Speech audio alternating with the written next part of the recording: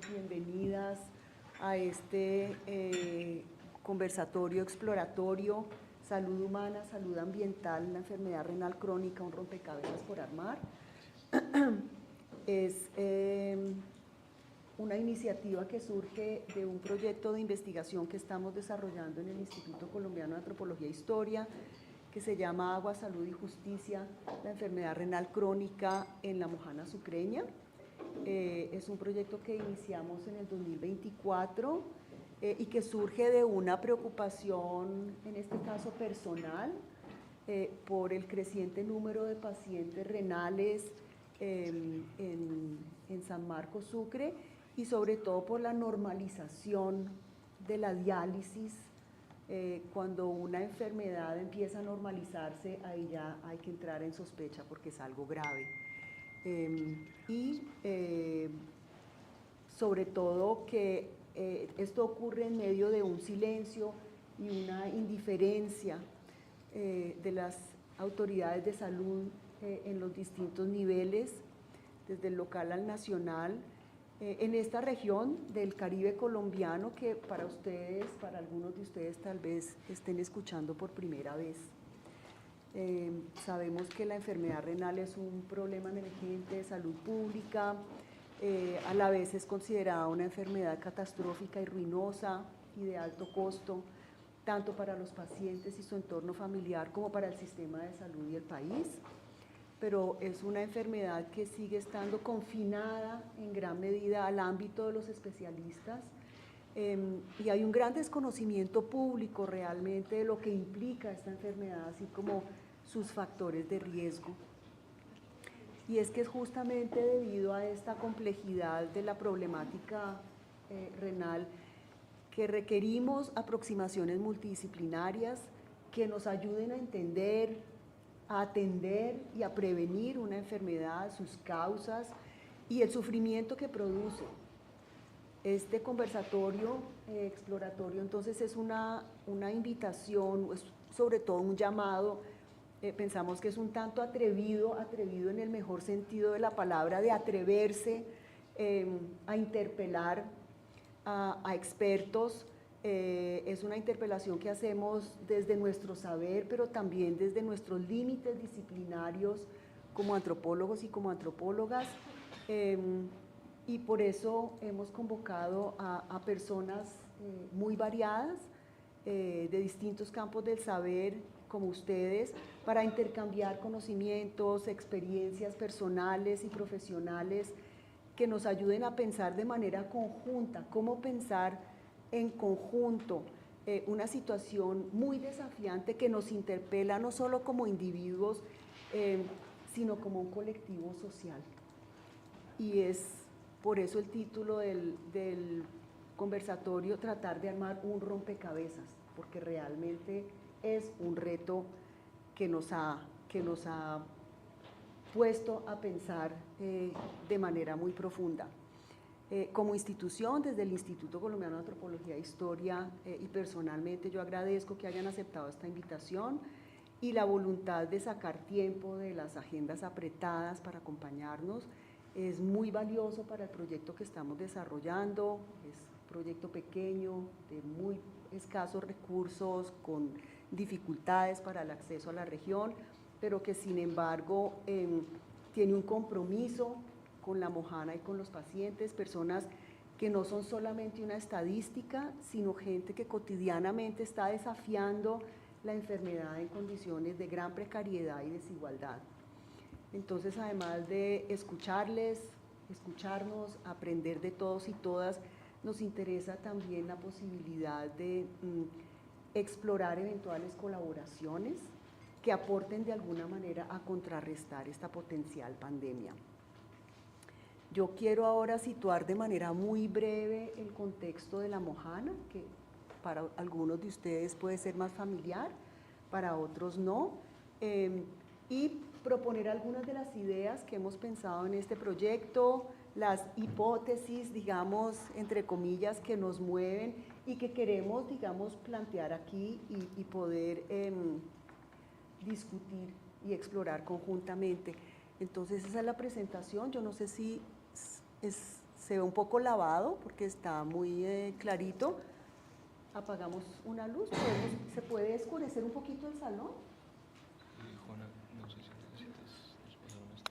¿Será que? No, no creo, No tenemos sé. este micrófono, yo creo, Pero ¿no? este está para la presentación. Ah, O sea, este está para la transmisión, me refiero. no sé. No sé. ¿Crees? Yo creo que no hace falta, ¿no? ¿Cómo Pues que? lo voy a dejar aquí, por si acaso. ¿Está prendido además? No tengo ni idea. Bueno, entonces, yo creo que era como la luz al contrario. ¿No? Sí, ¿será que podemos más bien? O de pronto las del centro.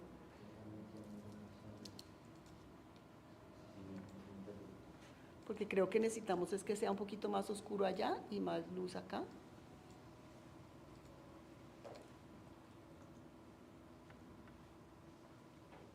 Bueno, pues arranquemos.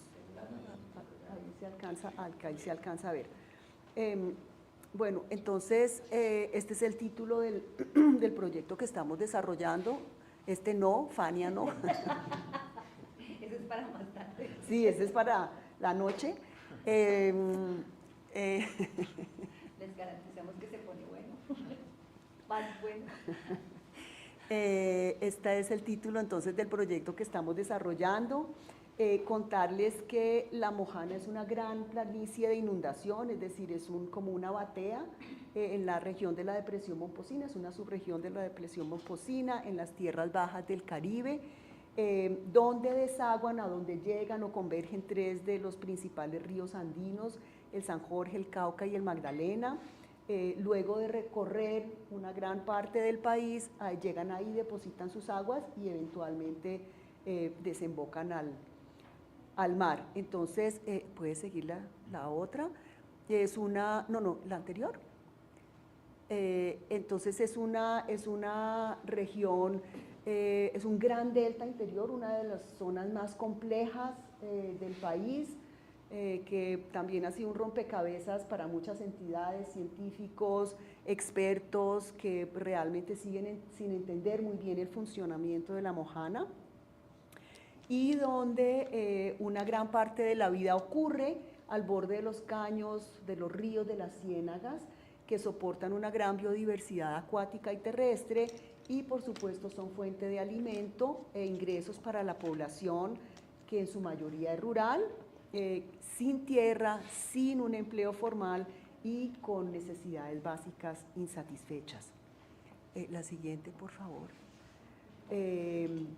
La Mojana es una región, por supuesto, muy fértil gracias al agua y también a los sedimentos, pero también el agua es un vector de enfermedad aguda y crónica, no solo por los virus y las bacterias que llegan con las lluvias y las inundaciones anuales, sino por las descargas difusas y puntuales, urbanas, rurales, industriales, agrícolas, médicas y mineras, que se van desechando a lo largo de la cuenca y que se terminan depositando y acumulando en las aguas y las tierras y los suelos de la Mojana, los alimentos y la gente.